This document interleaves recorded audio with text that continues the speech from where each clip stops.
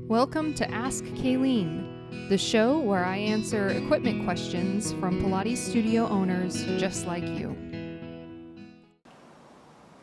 Hi guys, this question is from Liz, who I met at Pilates on Tour in Phoenix this year. Liz wants to know how to store her reformer and chair when they're not in use.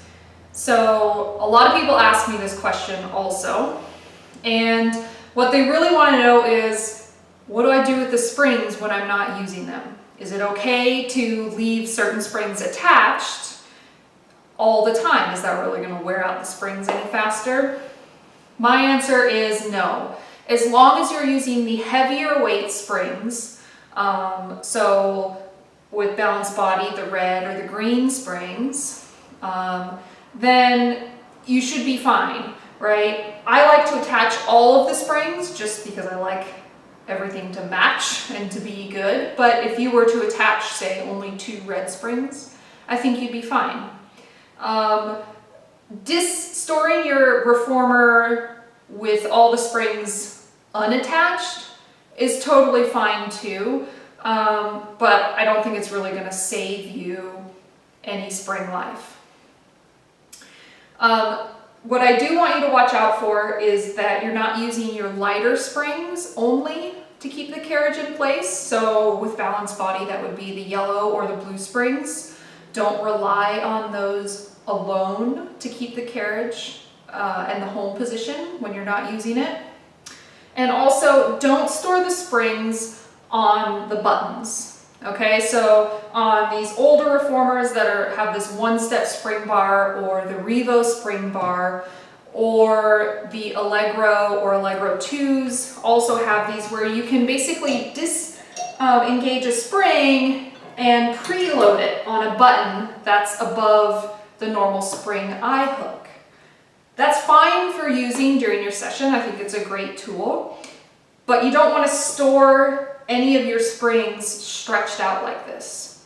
Okay, so it's okay for all the springs to be in their kind of neutral position where this free floating carriage can just hang out in the home position. That's totally fine. As far as foot bar, headrest, ropes go, same thing. It's totally your preference. My preference is to have the foot bar actually up in the middle position. The middle position because that's where I use it most during my sessions, so it's ready to go when I need it. The headrest can be up or down. If it's up or down, in my opinion, generally depends on what the rest of the studio reformers look like, so they all match. That's just me being OCD and matchy-matchy. And then the ropes. I like to keep the ropes off of the ground, so always on the shoulder posts or the shoulder rests. The floor just tends to collect a little bit more dust, dirt, hair, and people are putting their hands and their feet in these, so I want to keep them clean. Again, if they're on the floor, it's probably fine, but this is just my personal preference that I'm sharing with you. As far as your chair goes, it's totally fine to store your chair with the springs attached.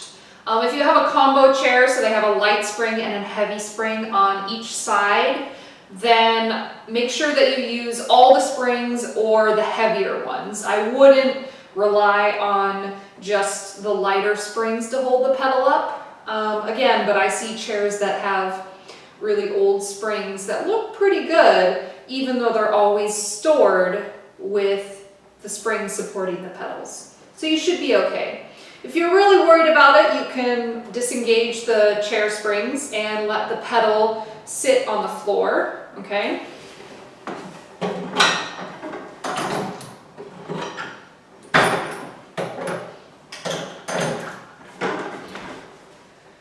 But I don't see any particular reason to do this unless your chairs get a lot of use every day.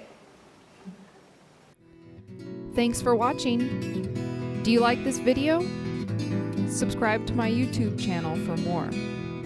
Or, if you have a question, submit it here and maybe you'll be in my next video. See you next time.